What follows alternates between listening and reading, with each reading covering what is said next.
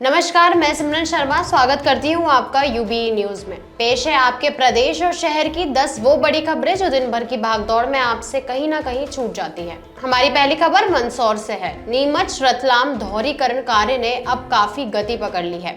Railway के अधिकारी लगातार इस पर ठेकेदारी के कार्यों की मॉनिटरिंग कर रहे हैं। अब जल्दी हरकिया खाल से मल्हारगढ़ के बीच भी नई लाइन चालू करने की तैयारी है। अभी रेलवे अधिकारी जल्दी इसके निरीक्षण के लिए सीआरएस से समय ले सकते हैं। निरीक्षण के बाद हरी झंडी मिलते ही चित्तौड़ से मल्हारगढ़ तक किसी भी ट्रेन को क्रॉसिंग के लिए नहीं रुकना होगा। यात्रियों का समय भी बचेगा और ट्रेन भी देरी से नहीं चलेगी। 132 किलोमीटर लंबे रतलाम नीमच रेलखंड पर दोहरीकरण का कार्य पूरे ट्रैक को अलग अलग खंड में बांटकर तेजी से चलाया जा रहा है। अभी तक रतलाम से नामली तक और नीमच से हरियाखाल तक दोहरीकरण पूर्ण कर नई लाइनों पर ट्रेनों का आवागमन शुरू कर दिया गया है। नवंबर में ही हरकिया खाल से मल्हारगढ़ के बीच दोहरीकरण पूर्ण होकर सीआरएस निरीक्षण कराने की तैयारी रेलवे के अधिकारी कर रहे हैं। सीआरएस की हरी झंडी मिलते ही नई लाइन पर ट्रेन चलने लगेगी। हमारी अगली खबर इंदौर से है। सरकारी व्यवस्थाएं किस डुलमुल रवैये और कितने लेट लतीफी के साथ चलती है, इसका जीता जागता उदाहरण है इंदौर के तलावली चांदा क्षेत्र में 20 करोड़ रुपए की लागत से तैयार फूड टेस्टिंग लैब। महीनों पहले यह भवन तैयार हो गया था, मशीनें भी पहुंच गई, लेकिन काम शुरू नहीं हुआ। आप ये जानकर चौंक सकते हैं कि जिस इंदौर को देश ही नहीं विदेश तक खान पान के लिए पहचाना जाता है, उसके पास खाद्य वस्तुओं की गुणवत्ता जांचने की कोई व्यवस्था ही नहीं है। यही वजह है कि यहाँ से सैंपल लेकर जांच के लिए भोपाल भेजने पड़ते हैं। जब तक यहाँ से रिपोर्ट आती है तब तक खाद्य वस्तु लोगों के पेट में समा चुकी होती है। देवास नाके के पास तलावली चांदा में शुरू की जाने वाली food and drug testing lab की नींव वर्ष 2019 में रखी गई थी। हमारी अगली खबर उज्जैन से है। मुंबई से एक युवक अपने दोस्त के साथ उज्जैन में श्री महाकालेश्वर के दर्शन करने के लिए आया था। यहाँ उसने भांग पी ली, जिसका नशा करके उसके सिर पर चढ़ गई। वहां एक रेस्टोरेंट से चाकू उठाकर उसने पहले लोगों को धमकाया और फिर एक घर में घुस गया। लोगों ने उसे पीटकर अस्पताल में भर्ती करवाया। दीपावली पर्व के बाद बड़ी संख्या में श्रद्धालु उज्जैन में श्री महाकालेश्वर के दर्शन के लिए आ रहे हैं। इनमें गुजरात और महाराष्ट्र के लोगों की संख्या अधिक है। शनिवार को मुंबई से सत्येंद्र पुत्र रविंद्र झा व उसका दोस्त विनय पुत्र हरिलाल चौरसिया उज्जैन आए थे।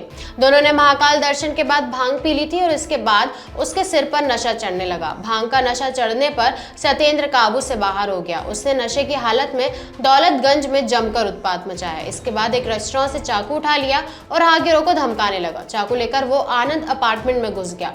वहां वो एक घर में चला गया और रहवासियों को धमकाने लगा।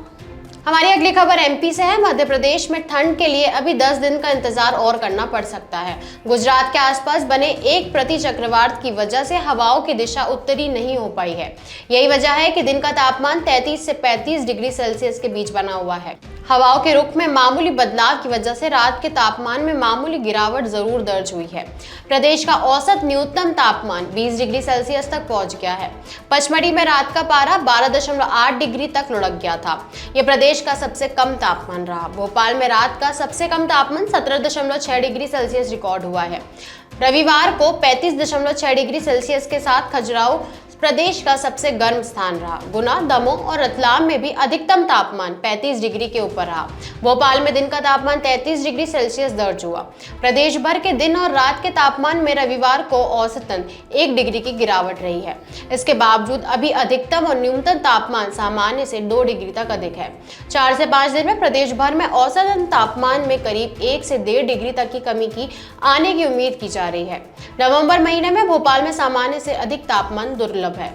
हमारी अगली खबर इंदौर उज्जैन से है। इंदौर से मेट्रो को रिंग रूट के साथ ही उज्जैन तक भी चलाने की कवायद 1 साल से चल रही है। मेट्रो रेल कॉर्पोरेशन ने इंदौर से उज्जैन और पीथमपुर देवास के बीच मेट्रो के लिए फीजिबिलिटी सर्वे कर रिपोर्ट तैयार की थी। प्रोजेक्ट से धार्मिक पर्यटन के लिए आने वाले यात्रियों के लिए आसानी होगी। सिंहस्थ 2028 और उज्जैन रोड पर हो रहे विकास को देखते हुए इंदौर उज्जैन के बीच मेट्रो ट्रेन प्रस्तावित है। मुख्यमंत्री डॉक्टर मोहन यादव ने हाल ही में सिंहस्थ के लिए हुई मंत्री समूह की बैठक में इसकी डीपीआर तैयार करने के लिए कहा है। ये कार्य 2 महीने में पूरा करके इस पर निर्णय लिया जाएगा। बताया जा रहा है कि इस प्रोजेक्ट को बनाने में करीब 7,000 करोड़ रुपए का खर्च अनुमानित है। हमारी अगली खबर खंडवा से है। मध्य प्रदेश में खंडवा जिले के ग्रामीण अंचल में वन माफिया के अतिक्रमण को रोकने गए वन अमले के साथ हुई मारपीट की खबर सामने आई है।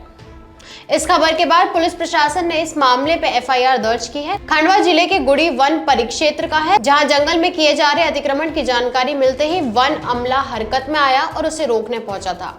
इस दौरान जंगल की जमीन पर जुताई कर रहा एक ट्रैक्टर चालक वन अमले को देख उसका कल्टीवेटर जंगल में ही छोड़कर फरार हो गया।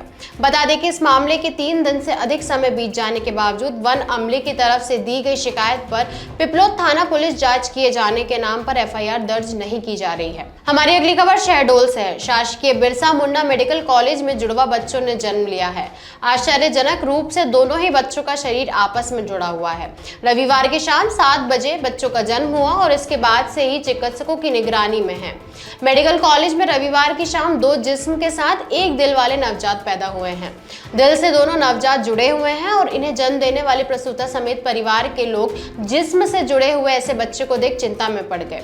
उन्हें समझ में ही नहीं आ रहा है कि शरीर से एक दूसरे से जुड़े इन बच्चों को वो कैसे पालन पोषण कर पाएंगे, साथ इनका भविष्य क्या होगा। वहीं उनके स्वास्थ्य को लेकर भी परिजन चिंतित हो रहे हैं।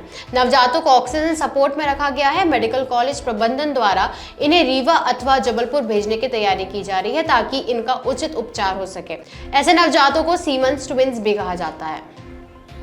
हमारी अगली खबर इंदौर से है। शहर के कागदीपुरा इलाके की एक मस्जिद के ऊपर लगे पोस्टर को लेकर इंदौर में बवाल मच गया है।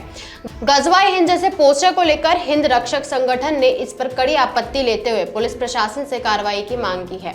इससे पहले दीपावली के अगले दिन छतरीपुरा थाना क्षेत्र में पटाखा चलाने को लेकर 2 पक्षों में जमकर विवाद हुआ था। हालांकि विधायक मालिनी गौड़ के बेटे और हिंद रक्षक संगठन के संयोजक एकलव्य सिंह गौड़ के आपत्ति के बाद मुस्लिम समुदाय ने कल शाम को ये पोस्टर हटा दिया था। गौड़ ने एक्स पर मस्जिद पर लगे पोस्टर शेयर करते हुए लिखा कि इंदौर के कागदीपुरा क्षेत्र में एक मस्जिद पर लगाया गया गजवाए हिंद के उग्रवाद को दर्शाता हुआ ये पोस्टर प्रशासन की शांति व्यवस्था को मुंह चिढ़ा रहा है। प्रशासन से निवेदन है कि तत्काल संज्ञान में लेकर दोषियों के विरुद्ध कठोरतम कार्रवाई करें। हमारी अगली खबर सतना से है। एमपी के सतना में डोमिनोज पिज्जा पर बड़ी कार्रवाई हुई है। दिवाली पर एक ग्राहक को वेज ऑर्डर पर नॉन वेज पिज्जा देने के आरोप में स्टोर का लाइसेंस रद्द कर दिया गया है। बजरंग दल और विश्व हिंदू परिषद के विरोध के बाद प्रशासन हरकत में आया और स्वास्थ्य विभाग ने ये कदम उठाया। मामला सतना के शेरगंज का है। यहाँ नैन्सी तिवारी नामक महिला ने डोमिनोज से 3 वेज पिज्जा और पनीर टिक्का गार्लिक ब्रेड का ऑर्डर किया था, पर डिलीवरी पर उन्हें non veg pepperoni garlic bread मिला। त्योहार के दिन ऐसा होने से नाराज परिवार ने इसकी शिकायत पुलिस से की। इस घटना की जानकारी मिलने पर बजरंग दल और विश्व हिंदू परिषद के कार्यकर्ता डोमिनोज आउटलेट पर पहुंचे और जमकर नारेबाजी की। हालांकि पुलिस ने मौके पर पहुंचकर मामला शांत कराया। मामला उजागर होने के बाद से लोगों में आक्रोश देखा जा रहा है। हमारी अगली खबर एमपी से है। मध्य प्रदेश के बांधवगढ़ टाइगर रिजर्व में उस हाथी को पकड़ लिया जिसने पिछले 2 लोगों को मार दिया था और एक अन्य व्यक्ति को घायल कर दिया था। हाथी की तलाश में वन अमले को खासी मशक्कत करनी पड़ी, तब सफलता मिल पाई। इससे पहले ये आशंका जताई गई थी कि लोगों की मौत 3 हाथियों के कारण हुई है, जबकि शाम तक ये स्पष्ट हो गया था कि हाथी सिर्फ एक ही था। रिजर्व के डिप्टी डायरेक्टर प्रकाश वर्मा ने एक न्यूज एजेंसी से कहा कि पदचिन्हों पर नजर रखने के बाद हमने हाथी को पकड़ लिया। वयस्क अवस्था में प्रवेश कर चुका हाथी लगभग 20 वर्ष का है। हाथी उस झुंड के बचे हुए 3 हाथियों में से नहीं है जिसने अपने 10 सदस्यों को इस सप्ताह खो दिया। के अभ्यारण्य के खलील रेंज के तहत साखनी और बकेली में 29 अक्टूबर को 4 जंगली हाथी मृत पाए गए थे, जबकि 30 अक्टूबर को 4 और 31 अक्टूबर को 2 अन्य हाथियों की मौत हो गई थी। 10 हाथियों की मौत किसी जहरीले पदार्थ को खाने से हुई थी। तो ये थी आपके प्रदेश और शहर की 10 बड़ी खबरें। कल एक बार फिर हाजिर होंगे नई खबरों के साथ। आपको ये वीडियो कैसा लगा हमें कमेंट्स में जरूर बताएं। वीडियो को लाइक और शेयर करें, साथ ही चैनल को सब्सक्राइब जरूर करें। तब तक के लिए धन्यवाद।